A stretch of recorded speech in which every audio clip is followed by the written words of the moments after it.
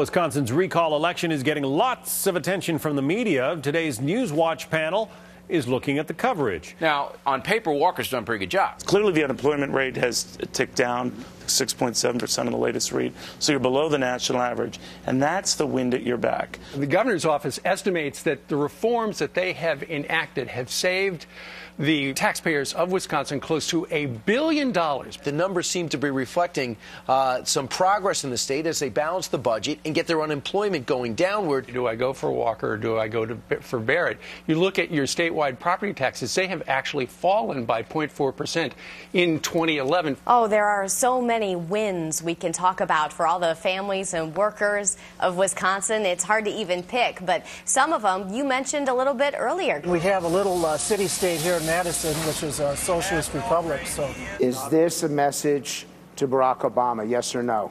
Yes. Is this a message to Washington? Yes. Is this a message to stop wasteful Washington spending? Yes. Governor Walker and others raising concerns about the possibility of voter fraud. And some are raising concerns about the integrity of the voting system. There are allegations of voter fraud in this race, and the election hasn't even happened yet. Could there be problems at the polls? Prosecutors in one county, they've already opened up a fraud investigation. Oh, voter fraud has been an issue. The governor has claimed voter fraud could affect the election. Do you think voter fraud could actually swing an election? Yes. And by the way, if you suspect voter fraud where you live, we want to know. Voter fraud at foxnews.com. The other side has plenty of union interest coming from service workers, AFL-CIO teachers, on and on and on.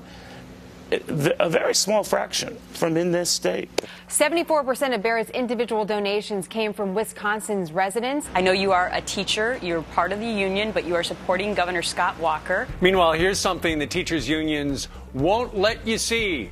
Teachers standing up with Scott Walker. I'm looking at it as a purely ideological battle. On its merits, Walker deserves to keep his job. There's plenty of media coverage in favor of Walker. It's just not in the mainstream media.